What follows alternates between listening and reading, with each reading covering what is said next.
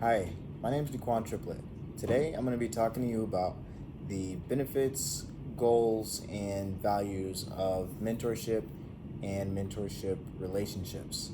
So I'd like to start by saying one of the major goals of your mentorship relationship will be getting to know kind of where you would like your career to go and how you can best be successful.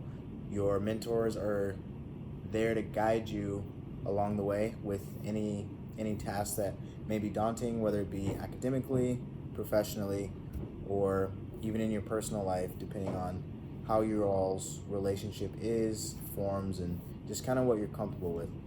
And so another one of the things that is important to think about in mentorship is what kind of mentor you would like to have.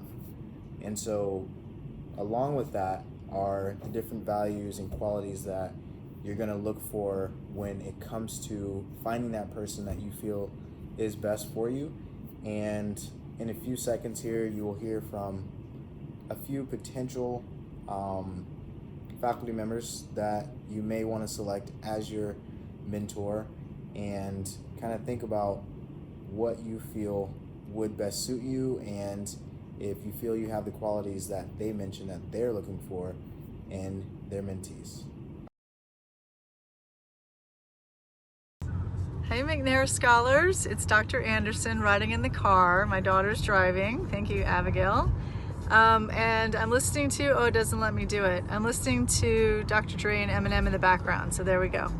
So I think the purpose of this video is to share what over the years I've found to be helpful to help McNair Scholars get prepared for their research project. And the main thing is time. You need to dedicate your time and your energy to, on a regular schedule in that summer and the whole year before, honestly, to time on task, to working with your mentor in developing your project, going through the IRB process, the city training process, which takes some time. That's the training that you do to be able to collect data at the university that the IRB requires. So all parts of it take time. Research methods in a stats class, if your discipline provides that, are helpful. And just maybe be open to what your advisor suggests based on your research topic, because you might feel like you need to develop your own from your own interests and background and experiences.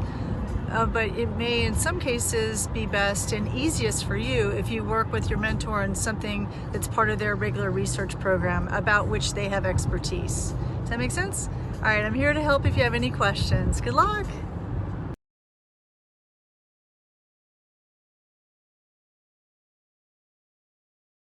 The qualities I look for in a good McNair Scholar is somebody who's really curious. That's very exciting to me. A student who comes in and you don't have to have any ideas, but you just have to have a curiosity.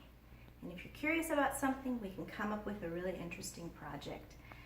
And the other thing that's really important are people that are really resilient, because research doesn't always work. Sometimes that's the exciting part, is when your stuff doesn't work at all and you can't get discouraged and you can't quit. Instead, you pick yourself up, you problem solve, you troubleshoot, you try and figure out a way to make things work. And in the end, if it doesn't work, that's still a result. And that's still a result that contributes to the science. And those are the two things I look for in a student: curiosity and resilience.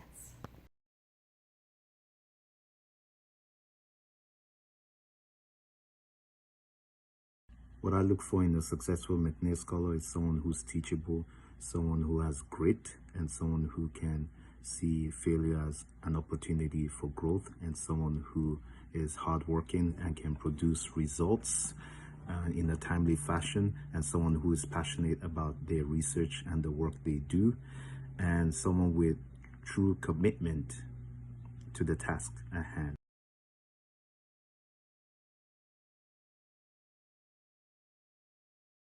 I think in order to be a successful McNair Scholar, you need to be a critical thinker. You need to be able to solve problems. And when you're presented with a problem, you need to be persistent. I think the most important thing is not the knowledge, that you currently have, but your ability to attain that knowledge using critical thinking and definitely not giving up. It's also very important to be able to do research and to enjoy it, because definitely in McNair, it's all about research, so that's very important.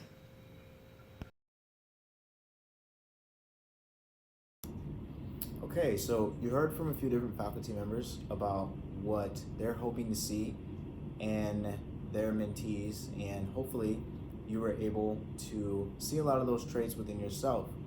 And one thing I encourage you to remember is that if you didn't see those traits in yourself, they're able to be developed, and it is something that they're here to help you with, and again, just to help you grow academically, professionally, and personally as well.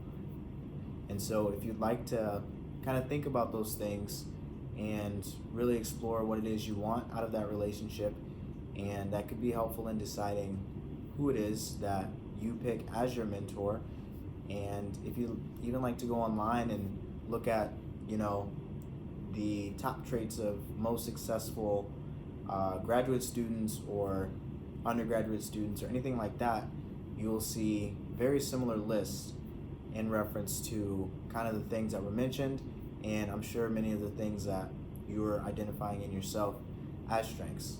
And so with that, we hope this was helpful, and please stop by anytime.